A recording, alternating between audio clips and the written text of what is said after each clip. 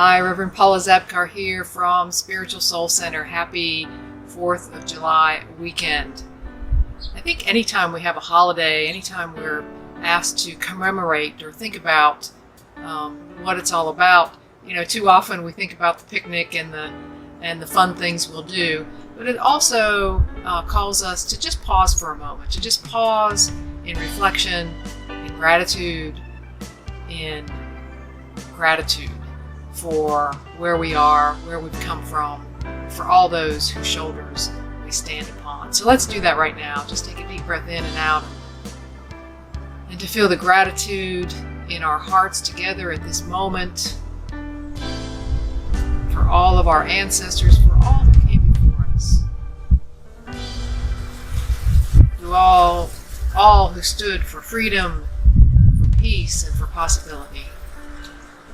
For them and those, for all of us here right now, we can be grateful, and so it is.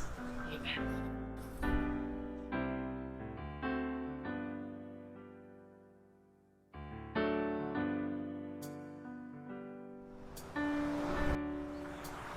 Thank you for joining me today for this message. Today I want to talk about being brave, bravery. And when I say that, when I first say think about bravery, most of the time, or maybe all the time, we think about other people who are brave. Rarely do we really think about ourselves being brave. Who, me? Brave? Me? I think about that. I think everything I'm afraid of, like snakes, like narrow pedestrian bridges over big gorges, and how my legs get weak when I step on them. Skydiving, oh yeah, afraid of skydiving. And believe it or not, afraid of cruise ships. Yes, I will not be found on a cruise. All I can picture is Shelley Winters in the Poseidon Adventure, swimming underwater, having had the boat turn over. No. Not being able to see land? No. Yes, I'm a scaredy cat when it comes to that. I am not brave.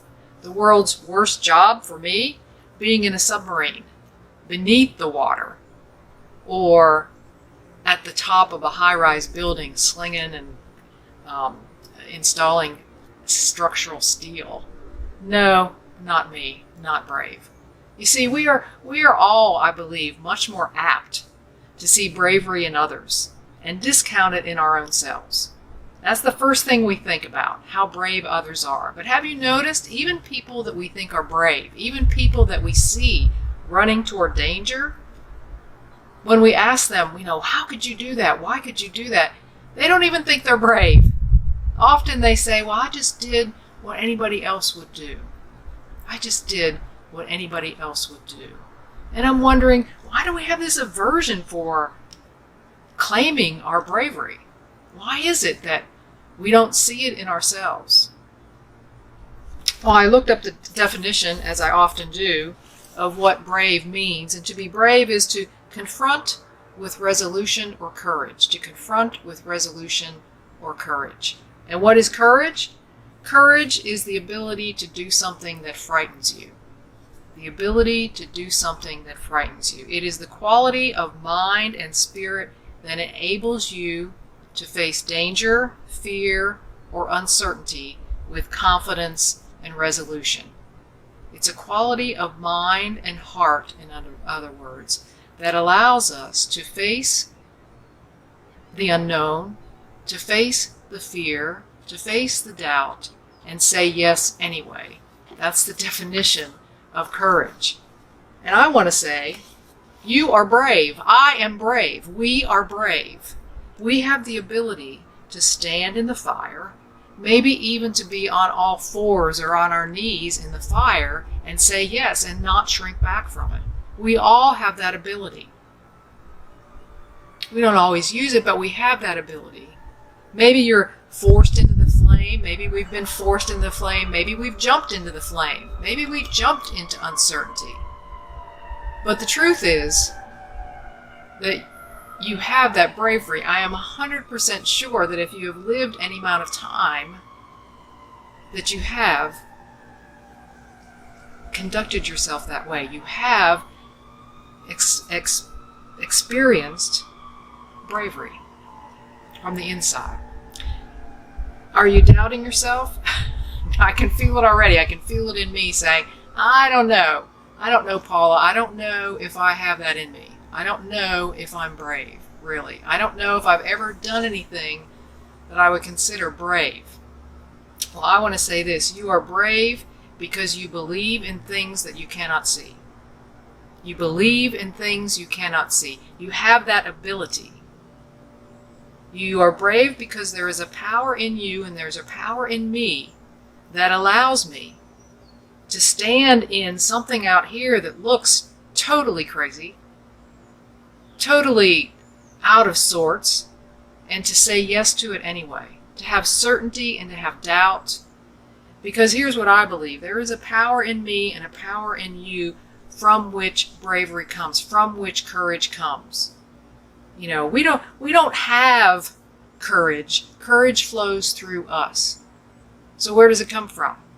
Where does it come from if I don't have it but it flows through me? Well, let me read you from the book of Matthew chapter 10 verses 1 through 28. That is the story of Jesus gathering together his apostles, gathering together these 12 men that he is commissioning to go out and spread the word of the gospel, to spread the good news, to go out into the community. And here's what he tells them. Here's what he tells them. He says, first he says this. They said a prayer, and then he called his 12 together, and he said, he gave them the power to kick out the evil spirits and to tenderly care for the bruised and hurt lives. That's the power he gave them. That's the power he gives us. That's the power that's inherent in our incarnation. Then he says this, don't begin by traveling to some far-off place to convert believers. And don't try to be dramatic by tackling the public enemy. Go to the lost, to the confused people right here in the neighborhood. Tell them that the kingdom is here. Bring health to the sick. Raise the dead. Touch the untouchables. Kick out the demons. You have been treated generously, so live generously. That's what he's saying. Listen to this. This is not just the commission of the 12. This is our commission. It's the commission of our soul in being alive on the earth at this moment now. Don't think you have to put on a fundraising campaign before you start. You don't need a lot of equipment. You are the equipment. And all you need to keep that going is 3 meals a day. Travel light. When you enter a town or village, don't insist on staying in a luxury inn. Get a modest place with some modest people and be content there. When you knock on a door, be courteous in your greeting. If they welcome you, be gentle in your conversation. If they don't welcome you, quietly withdraw. Don't make a scene. Shrug your shoulders and be on your way. Stay alert. This is hazardous work. You're going to be like sheep running through a wolf pack. So don't call attention to yourself. Be shrewd as a snake and inoffensive as a dove. Don't be naive. Some people will question your motives. Others will smear your reputation. Just because you believe in me. Just because you believe in a power in yourself greater than yourself. Don't be upset when they haul you before civil authorities. Without knowing it, they've done you and me a great favor, given you a platform for preaching this good news. And don't worry about what you'll say or how you'll say it. The right words will be there. The Spirit of your Father will supply the words. You see, that's how it works. The Spirit, the essence, the godness of us, that's where the courage comes from. That's where we'll get the words we need. That's where we'll get the equipment we already have, the words we need. When people realize it is a living God you are presenting, that's where courage comes through. The living God in me, the living God in you. And not some idol that makes them feel good. They are going to turn on you, even people in your own family. There is a great irony here. Proclaiming so much love, experiencing so much hate. But don't quit. Don't cave in. It is all well worth it in the end. It is not success you are after in such times, but survival. Be survivors. Before you've run out of options, the Son of Man will have arrived. Before we've run out of options, that courage comes through us to support us, to strengthen us, to give us guidance. That's what it's saying to me. That's what it's saying to me. Don't be bluffed into silence by threats of bullies. There's nothing they can do to your soul, to your core being. God, I love thinking about this commissioning, this sending out of souls into the world to do the work of love. I love to think about it as the place of courage in me. There's no doubt in me when that happens. I feel like I'm sitting up straighter now, just knowing. Because courage doesn't come from logic. Courage doesn't come from the mind. The mind wants to have everything figured out. The mind wants to have plan A and plan B. The mind wants things to be in neat packages, right? Everything neatly packaged, complete assurance before you begin. That's what the mind wants. The heart says, no, the heart is connected to the power and presence of God in me, and that's where courage comes from. It's in the feeling of that, is in the presence and the possibility. And I say, we are built to be brave. We are built that way. We are built to be able to stand and to believe in things that we cannot see. We've got to allow it to flow. We've got to get out of the way. But we know that we can. We can stand in that, in our uncertainty, in our fear, in our doubt, and we can say yes anyway. Well, just this past week, a friend of Spiritual Soul Center, Ann Olson, passed away. She was in hospice care at home, in a bed by the window, being able to see outside, into the sun, into the rain, into the night sky. And her daughter, who is in her mid-20s, was taking care of her.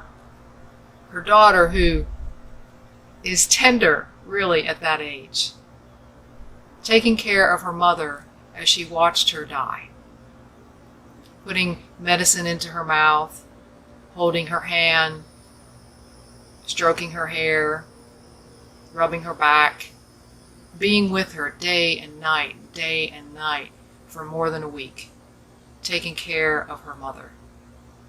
That is one brave girl. And I'm sure that she doesn't feel brave right now.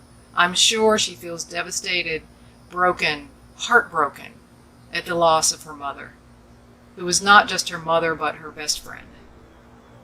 But I submit that walking that walk, walking through that experience, was like walking through fire, was brave beyond brave, was brave. And all who were around her saw that in her. And in fact, we had a whole care team showing up for Anne as she negotiated the last weeks of her life. And I submit to you that every person on that care team was brave too, willing to show up, not knowing what was happening, not knowing for sure what to expect, and saying yes anyway, saying yes to that. That's courage, that's bravery coming out of the presence of God in us.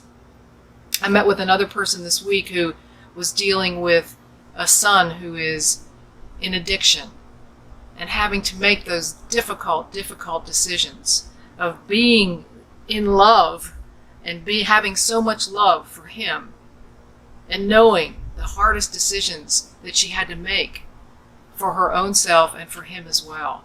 To make those decisions, brave. That's what bravery is. That's what courage is, to stand in there, to not shrink away and to make those decisions, to rely on the God of our own being.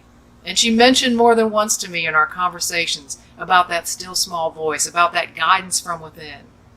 That's where we get courage from. That's where we get the bravery from.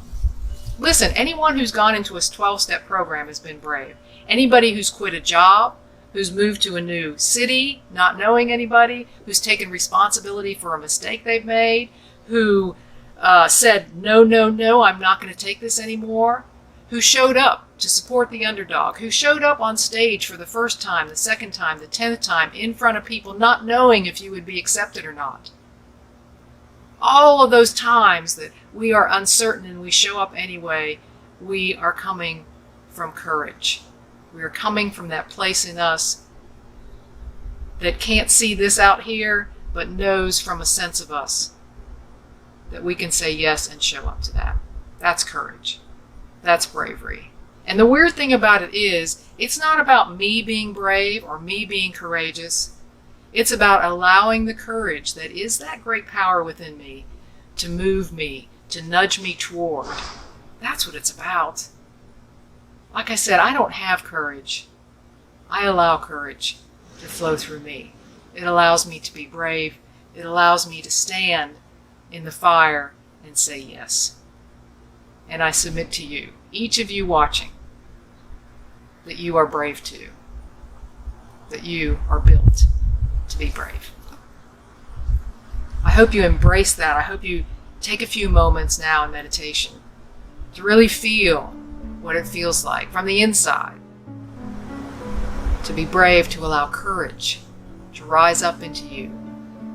Let's feel that now for these few moments together in meditation.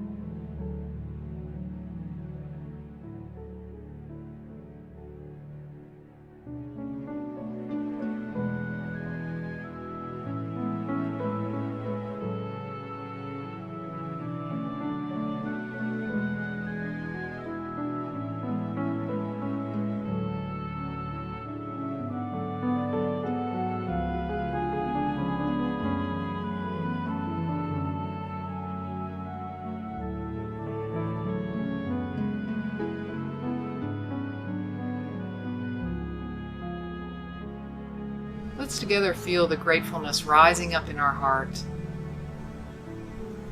for this bit of wisdom that lets us know that courage exists as an energy and a power in us and through us. That it's there awaiting us to acknowledge it, to allow it to move us. And that when we say yes, with conviction, and maybe even with some doubt, that courage allows us to keep moving forward. I am brave. I want you to claim that. I am brave. I am brave. I am brave. in this moment, in many moments. And so it is. Amen.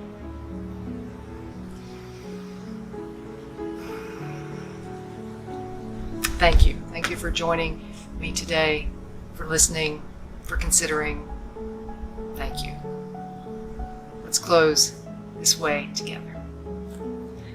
May I be filled with loving kindness. May I be well. May I be peaceful and at ease. May I be happy. May all beings be filled with loving kindness. May all be well. May all be peaceful and at ease. May all be happy. And so it is. And may you be brave. May you allow courage to rise up into you this week and the weeks to come. Amen. Until next time.